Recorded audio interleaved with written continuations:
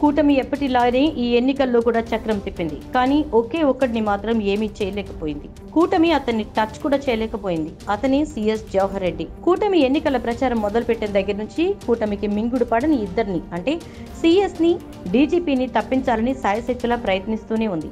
ఈ ఇద్దరు ఈ రాష్ట్రానికి కంచుకోటలు లాంటి వాళ్ళు అని టీడీపీకి ఆల్రెడీ తెలుసు. వీళ్లు ఉంటే తమ ఆటలు సాగవని తెలిసి వీళ్ల మీద పగబట్టాడు చంద్రబాబు. అయితే వీళ్లను తప్పించడం కోసమే బీజేపీతో చేతులు కలిపారు చంద్రబాబు. కానీ ఎలాంటి ఉపయోగం లేదు. ఎన్నికల షెడ్యూల్ మొదలయ్యాక కొంతమంది ఐఏఎస్, ఐపీఎస్ ఆఫీసర్స్ ని కేంద్ర ఎన్నికల సంఘం మార్చేసింది. అప్పుడు చంద్రబాబు కళ్లల్లో కొంత ఆనందం కనిపించింది.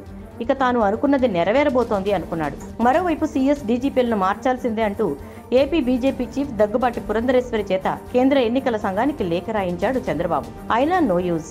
అయితే తమకు స్థానచలనం కలిగించాలని తెలుసుకున్న ఒకే ఒక్కడు జవహర్ రెడ్డి గేమ్ స్టార్ట్ చేశారు అని ఆరోపించారు టీడీపీ కూటమి. వీళ్లను మార్చాలి అని చంద్రబాబు ప్రయత్నిస్తున్న టైంలోనే పెన్షన్ల పంపిణీ ప్రక్రియ ఆగిపోయింది. కూటమి ఈ మొత్తం చేసింది అనిపించేలా, ప్రక్రియ ఆగిపోవడానికి కారణం అనుకునేలా తెలివిగా పావులు కదిపారు అంటూ కూటమి నేతలు ఆరోపిస్తున్నారు.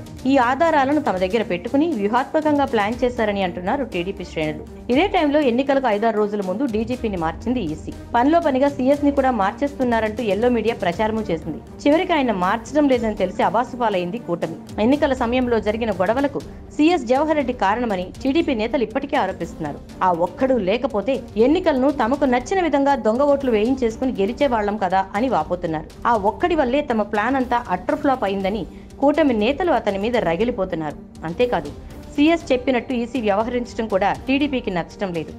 ఎంత ప్రయత్నించినా జవహర్ రెడ్డిని మాత్రం కదిలించలేకపోయారంటే చంద్రబాబుకు ఈ పాటికి అర్థమయ్యే ఉంటుంది ఆయన ఎంత శక్తిమంతుడు.